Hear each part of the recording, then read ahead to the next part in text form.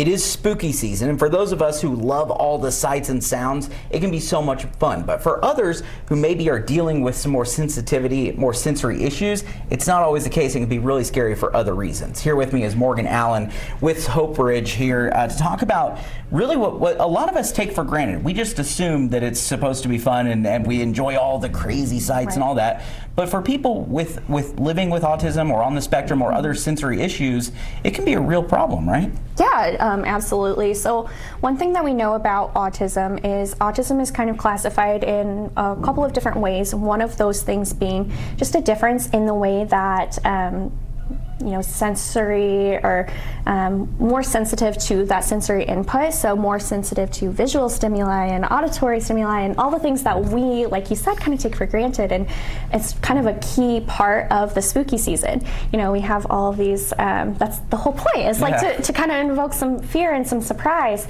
But for somebody living with autism, or really just children in general, we have to remember that actually what we're asking them to do is not just experience this tradition, but we're also asking them to process multiple stimuli simultaneously and do so with a smile and participate in sort of a rigid way to kind of fit into our culture. And within that time frame, so many people who are just living with not on the spectrum or whatever just go, well, why aren't you just smiling? Why aren't you having the same fun we're having? Exactly. Not understanding that underneath all of that, there's a lot going on and can be very difficult. For parents or family members, loved ones of children, or just people in general who are living with autism, what can they do to help their loved ones kind of get through this season specifically? So specifically in this season, I would really encourage you to start now. Start prepping. October 31st is one day, but we really need to begin now. We're not waiting for that day to just see, how that person will respond and how they're going to participate that day. Start desensitizing and introducing the key components that you're going to be introducing, so that we can take away some of that element of surprise or what's going to be unexpected for them. So just beginning by, one thing that I hear a lot of autistic individuals express is just this discomfort with the costume specifically. That's one of the things that we think about for Halloween, kids and costumes. Children with autism or children with any sort of sensory defensiveness, their costumes may look different. It may look more like pajamas or a t-shirt or decorating the wagon that the child's using to participate. And I think bringing it back and just realizing that that's all valid too. Thinking outside the box and a way to participate and also meet those needs. And then I'm also thinking about to prepare going through and not just talking about Halloween as this big event and being like, we know that we're going to go trick-or-treating. Break it down. What does that really mean? What are you asking the child to participate in? You're asking them for a multi-step direction. Okay, we are going to go outside. It's going to be dark outside. These are some of the things that you might see and hear. We are going to go to this person's house. Plan your route in advance if you can. We're going to go to this house. We're going to knock. We're going to wait.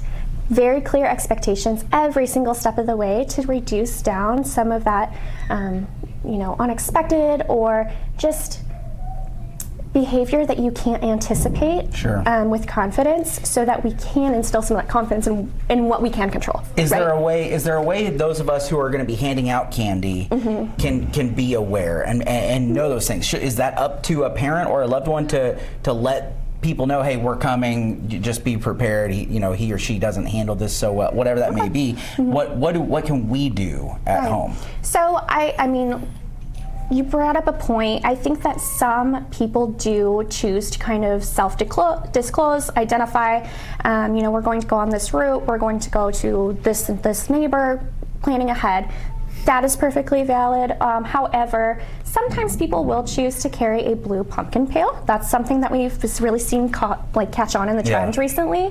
And that was designed with this idea of, okay, this is a way that we can identify this child that's coming to my door. May experience this a little bit differently. Let's handle with care. Let's provide extra wait time. Let's reduce down the stimuli if we're able to. Just kind of, extra. And then the other thing I want to point out, though, is that when you are handing out candy, we don't know who is going to come to our door, Sure. right? And every interaction is going to be different, because, like people say, if you meet an autistic child, you met one autistic child, right? Yeah. Like, everybody's so different. And I want to remind the community that no one has to do a trick to earn their treat. You know what I mean? Like, everybody should be included for whatever they're able to bring in that moment.